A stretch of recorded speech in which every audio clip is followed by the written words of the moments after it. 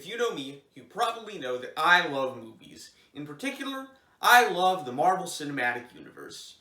I love the characters, I love the action, I love the quips. Yeah, you can laugh at me all you want. I love Marvel movies. One thing I don't love, however, is edgy film interpretations. The term edgy film interpretation is one I've come up with to describe readings of works that people pretty much only like to hold because they seem contrarian and edgy. You know, shit like Beauty and the Beast is about Stockholm Syndrome, or the moral of Rudolph the Red-Nosed Reindeer is that being different is bad. These analyses seem to go out of their way to interpret the text in the most negative light possible, while ignoring parts of the movies that show that they are obviously not meant to be the case. I, for one, believe that the only reason why people like to tout these interpretations is to feel cool and smart, for knowing that the things people like are actually bad and fucked up. These edgy readings can be fun sometimes, but if you take them too seriously, you can end up unfairly condemning things that actually have some good messages in them that you're overlooking. One edgy interpretation of the Marvel Cinematic Universe that seems to have gained a ton of ground is that the films were supposed to be propaganda for the US military. Supposedly watching superheroes is meant to make you want to enlist, I guess. This idea seems to stem from this old One Marvelous Scene YouTube video about Captain America 1 Star Spangled Man with the Plan montage, and has been parodied time and time again by every hack creator under the sun. This interpretation is frankly complete and utter bullshit, at the very least for the early Marvel movies. All of Phase 1 of the MCU, as well as Captain America the Winter Soldier, are extremely anti-government, almost to the point of conspiracism. The main idea underlying all of these movies is that the government and the military-industrial complex are evil, and should be replaced by independent, apolitical vigilantes who act out of the goodness of their hearts. These themes are in fact so unsubtle that I picked up on them even as a kid, and yet somehow there seem to be many adults who are too stupid to get them. Before I discuss the MCU's anti-government themes, I will at first address the argument used to dismiss these movies as military propaganda. The argument is basically that because the Pentagon lended a bunch of old military equipment to the films' production, they must obviously support the military and be propaganda for them. This argument fails on a number of levels.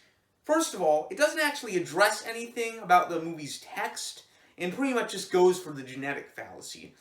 Second of all, the films still weren't written by the Pentagon, and it seems more so like they refuse to subsidize films that are overtly anti-military rather than actually mandate certain propaganda elements be put into the films. It's also notable that the MCU's most iconic installment, The Avengers, was in fact famously denied support from the Pentagon because its script was too anti-government. If Marvel was perfectly willing to go without the military's equipment when they were making The Avengers, then it doesn't really make much sense to argue that the scripts of the previous movies were written specifically in order to get it. Personally, I don't really care about intent that much. I care about what we actually see on screen. So, let's go back and look at the stories of the early MCU and see how the US government is portrayed in them. In the first Iron Man movie, Tony Stark starts out as an unlikable douchebag who blindly sells weapons of war to the military. Then gets captured by terrorists who are using his weapons, and from that concludes that America's foreign policy is so bad that they shouldn't be trusted with his weapons. And I saw that I had become part of a system that is comfortable with zero accountability, leading him to shut down his company's weapons division and fight the terrorists himself instead. It's basically the type of overtly political message that the blockbuster could only get away with in 2008, when pretty much everyone hated George Bush. The ultimate villain of the film isn't even terrorism. It's Obadiah Stane, a cartoonishly evil business executive who seems to be the real power behind the throne at Stark Industries, who tries to force out and then tries to kill Tony when he decides to stop feeding the war machine. Stane is portrayed, in fact, as so evil that he's willing to work with the terrorists in order to steal Tony's Iron Man technology. Some pretty clear parallels can be drawn between Stane's character and popular perceptions of Vice President Dick Cheney, especially seeing as he's a fat, bald man manipulating the leaner, fitter Tony Stark into doing bad things. One could argue that the role of Stane is meant to suggest that he's responsible for the terrorists having Stark weapons, not the US government. However, this theory seems to be rebuked by Iron Man 2, which shows us that Tony has continued not selling weapons to the military and strongly refuses to share his Iron Man technology with them. His former business rival Justin Hammer is portrayed as evil, essentially because he still sells weapons to the government. Iron Man is also heavily implied to have single-handedly won the war on terror. I'm not saying that the world is enjoying its longest period of uninterrupted peace in years because of me. Seems to assess that the only reason why we haven't won is because the government is either completely inept or would rather have perpetual conflicts so they can keep sending money to the wealthy donors in the MIC. Why else would one guy in a robot suit be able to do what an entire army can't? Basically, the only message we can get from the first couple Iron Man films, which in my mind are the only ones that count because Iron Man 3 fucking sucks, is that the US government is either so corrupt or so incompetent that they do more to help terrorists than they do to actually fight them, and that if you're a scientific genius, you should never share your technology with them, because if you do, it will fall into the wrong hands. The second movie of the MCU, The Incredible Hulk, is possibly even more anti-government than Iron Man is. The US military are basically the main antagonists of the film. Not only are they depicted as constantly chasing after and trying to capture Bruce Banner, but are revealed to have secretly been responsible for accidentally creating the Hulk, and also created another monster, the Abomination, which Hulk has to bail them out of. The main avatars for the government in this movie are General Ross and the soldier who becomes the Abomination, who are both shown to be complete unlikable assholes with pretty much no redeeming qualities. These movies are supposed to be military propaganda, they sure as hell don't seem to be doing a very good job of it. Thor is easily the least political of the early MCU movies, being mostly centered around a both literally and figuratively flattened fantasy kingdom, rather than the actual American government. However, they still figure out a way to make the government look evil. S.H.I.E.L.D. are the secondary antagonists who Thor has to fight, and they only stop being a direct threat basically because Dr. Selvig lies to them and pretends Thor is just some guy named Donald Blake, which he is in the comics, but not in the film. Who cares? In addition to keeping Thor's hammer from him, S.H.I.E.L.D. also steals all of Jane Foster's research, which is objectively a pretty shitty thing to do. Jane and her father are shown to be super distrusting of S.H.I.E.L.D., and by the end of the film, you don't really trust them much either. Even the way they're shot makes them look like the bad guys, pretty much always being shrouded in darkness. Captain America the First Avenger definitely stands out as the only film in Phase 1 that doesn't portray the US government negatively, which is obviously kind of hard to do when they're fighting against the Nazis. Even then, they still managed to work in Captain America going rogue and disobeying his direct superior, who is of course shown to be a huge jerk. There's also, of course, the Star-Spangled Man sequence, which makes fun of the character's more overtly propagandistic roots. It's possible that part of the reason why they don't have Captain America fighting the actual Nazis, which has always been my least favorite aspect of the film, was to make it seem less like war propaganda. Rather than being about America's real triumph over the Nazis, the movie centers around fictional conflict between Steve and the Howling Commandos and Hydra, meaning it doesn't really glorify the actual military all that much. The Avengers, which was Marvel's magnum opus at the time, once again tells us what to think about the government for its portrayal of S.H.I.E.L.D., which comes off as super shady here as well. Sure, Nick Fury is basically the good government guy in this, but even he has a very untrustworthy air to him, and does some questionable stuff like secretly try to build super weapons with the Tesseract. I honestly think that seems kind of justifiable, but the movie definitely portrays it in a negative light, especially with Fury feeling the need to hide it from the Avengers. Even Fury's big, iconic pep talk to Cap and Iron Man, weeks of manipulation, with him quickly being revealed to have faked Pill Coulson's bloody Captain America cards, and Agent of S.H.I.E.L.D. later revealing that Coulson didn't even die. I don't know, I've never actually seen Agent of S.H.I.E.L.D. Of course, Nick Fury's direct superiors, the World Security Council, are shown to be so obviously evil that they for some reason do Skype calls with the lights off. Yeah, the Avengers really can't be. These guys are not only jerks who don't think that the Avengers will work, but in the third act, they end up ordering a freaking nuclear bomb dropped on New York City.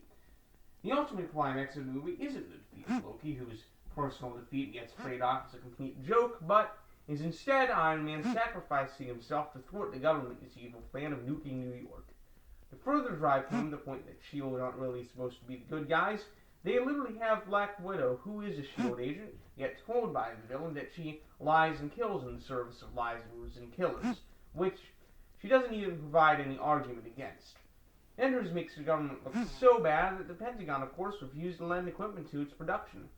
All this stuff, like the World Security Council dropping the nuke, could have easily just not been in the film, but I guess that Joss Whedon and Kevin Feige decided it was really important to drive home an anti-government message.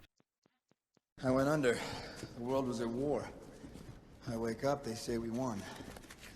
They didn't say what we lost. We've made some mistakes along the way, some very recently.